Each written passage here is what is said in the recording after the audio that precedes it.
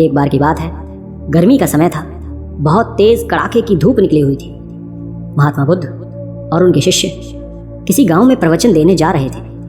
उन सभी शिष्यों को गर्मी लग रही थी। गर्मी से हाल बेहाल हो रखा था और वो सभी चलते चलते बहुत ही थक गए थे।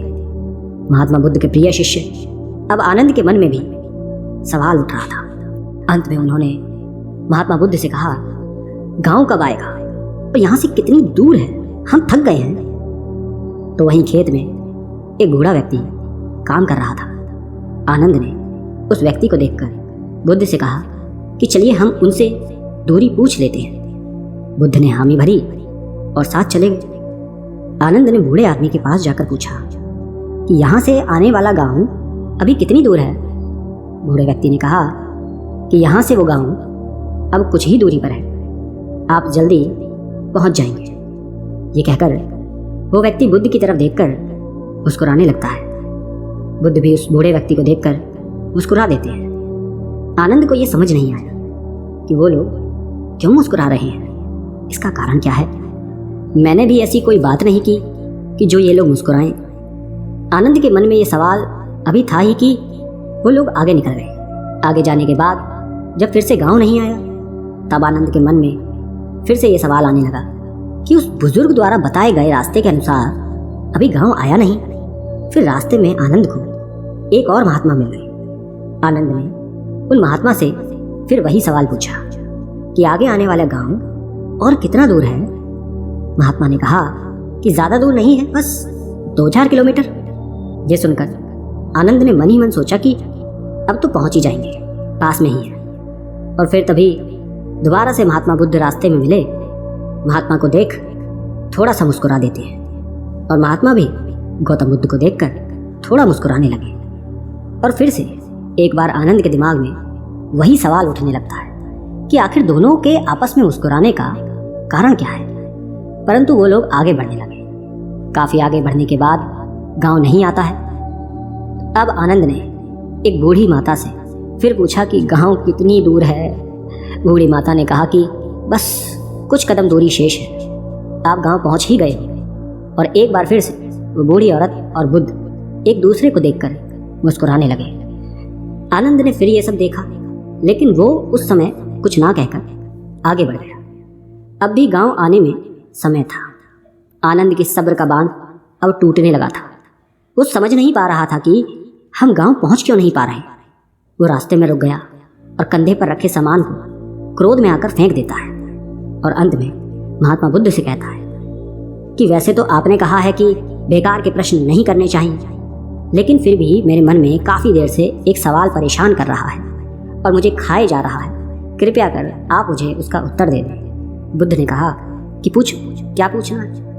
आनंद कहते हैं कि हम जिससे भी रास्ता पूछ रहे वो हमें बस थोड़ी दूर कहकर आगे बढ़ाए जा रहा है और आप कभी उन्हें देखकर मुस्कुराते हैं तो कभी उन्हें देखकर हंसते हैं और वो भी आपको देखकर हंसते हैं। इस चीज़ को कृपया मुझे समझाइए और ये भी बताइए कि कहीं हम गलत रास्ते पर तो नहीं चल रहे, तभी गाँव ना आ रहा हो और इतना समय लग रहा है।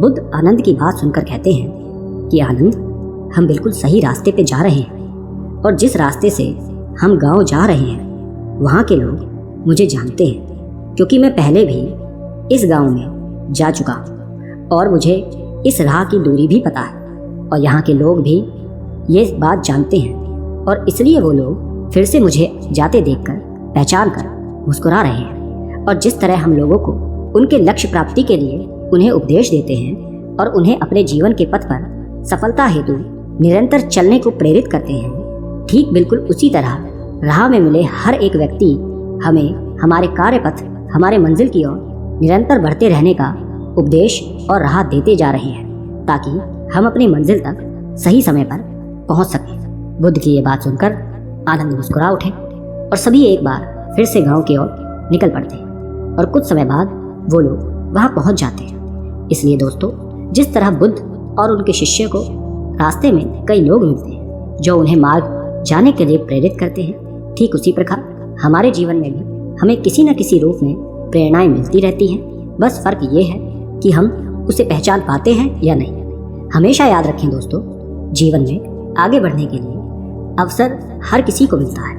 ये हमारे ऊपर है कि हमें उस अवसर को पहचान कर आगे बढ़ना है और हाथ आए मौके को हाथ से जाने नहीं देना है, और साथ ही हमेशा अपनी मंजिल के प्रति धैर्य बनाकर रखें। बेशक उसे मिलने में समय लगे, कठिनाई का सामना करना पड़े, लेकिन एक ना एक दिन वो मंजिल जरूर मिलेगी, और जब हम उसे प्राप्त कर लेंगे तो सभी मार्ग से मिली कठिनाई को भूल जाएंगे और उस जीत की खुशी को महसूस करेंगे। इसलिए धैर्य और शांति बनाए रखें, ये सफलता की सबसे महत्वपूर्ण और बड़ी कुंजी है।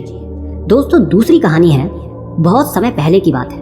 महात्मा गौतम बुद्ध जब भी भिक्षाटन के लिए जाते थे तब आम लोग उन्हें भिक्षा में अनाज तो देते थे, या फिर जिसका वो जो सामर्थ्य होता था वो अपने हिसाब से उन्हें भिक्षा देते थे। और साथ ही यदि किसी के मन में कोई सवाल होता था तो वो बुद्ध को रोक के उनसे पूछ लेते थे। एक बार ऐसे ही महात्मा बुद्ध भिक्षा लेने के लिए एक गांव में गए। उस गांव के लोगों ने उन्हें भिक्षा दी। तभी एक व्यक्ति वहां पे आया और बुद्ध को भिक्षा देकर कहा, प्रभु, मेरे मन में एक सवाल है जो काफी समय से चल रहा है, मुझे आपसे उसका उत्तर चाहिए। बुद्ध ने कहा, पूछो।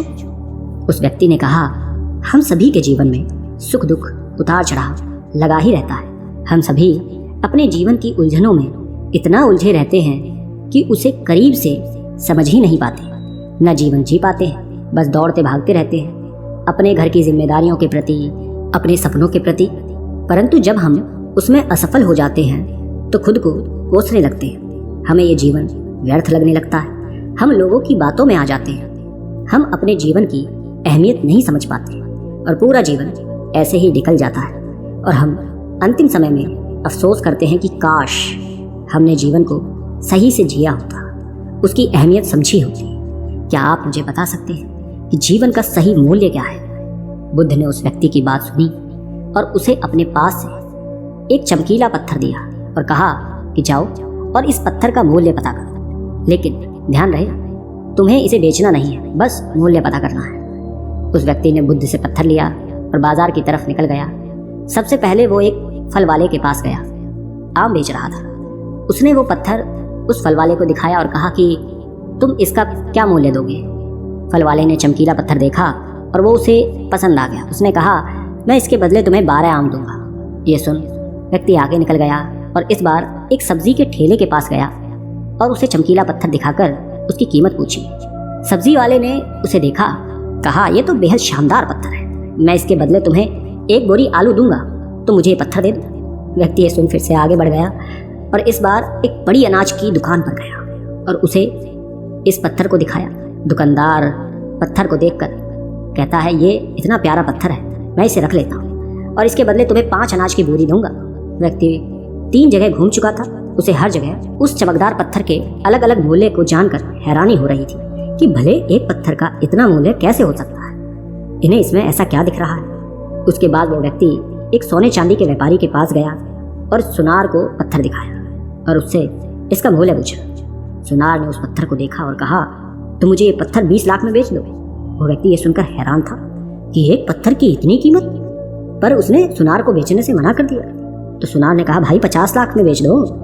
व्यक्ति ने फिर भी कुछ नहीं कहा। वो इतनी कीमत जानकर एकदम आश्चर्यचकित था।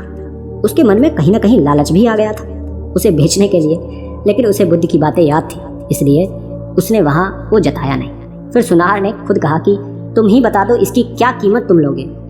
उसने कहा कि मुझे माफ़ कर दो, मेरे गुरु ने इसे बेचने से मना किया है। और ये कहकर वो आगे चला जाता है।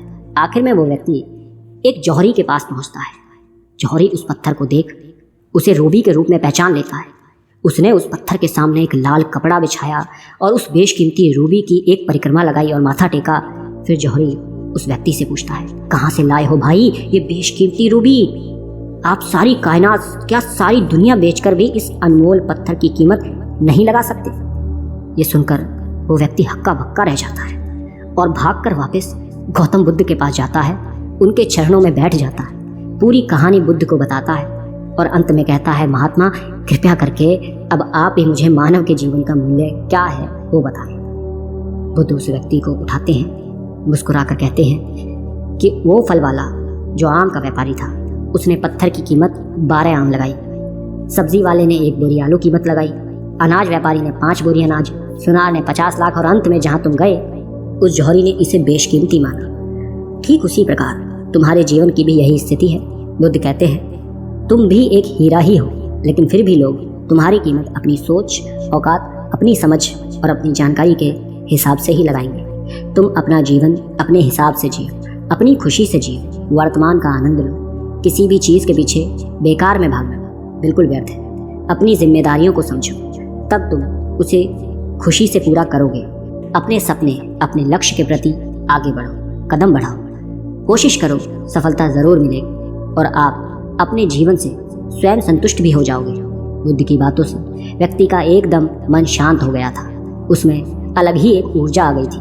वो बुद्ध के चरणों को स्पर्श करके चुपचाप वहाँ से चला गया, उन्हें धन्यवाद कहकर। वो बुद्ध की बातों से बहुत प्रभावित हो गया था। उसे आज अपने जीवन का मूल्य समझ में आ गया। अब वो अपना मानवीय जीवन श्रेष्ठ कार्य में लगाना चाहता था। दोस्तों, हमें भी अपने जीवन और प्रतिभा का मूल्यांकन खुद करना चाहिए और पूरे आत्मविश्वास के साथ कोई काम करना चाहिए। अपने जीवन में हर वक्त शिकायत करने की जगह जो है उसी में अपनी खुशी देखनी चाहिए। फिर देखना जीवन आपको बोझ नहीं प्यारा लगेगा और तभी आप अपने जीवन से खुश और संतुष्ट हो पाएंगे पूरी तरह और जीवन का आनंद ले पाएंगे। अब ये आपको तय करना है कि आप खुद को कैसा बनाना चाहते हैं, 12 आम लायक कामयाब या बेशकीमती हीरा। ये निर्णय केवल आपका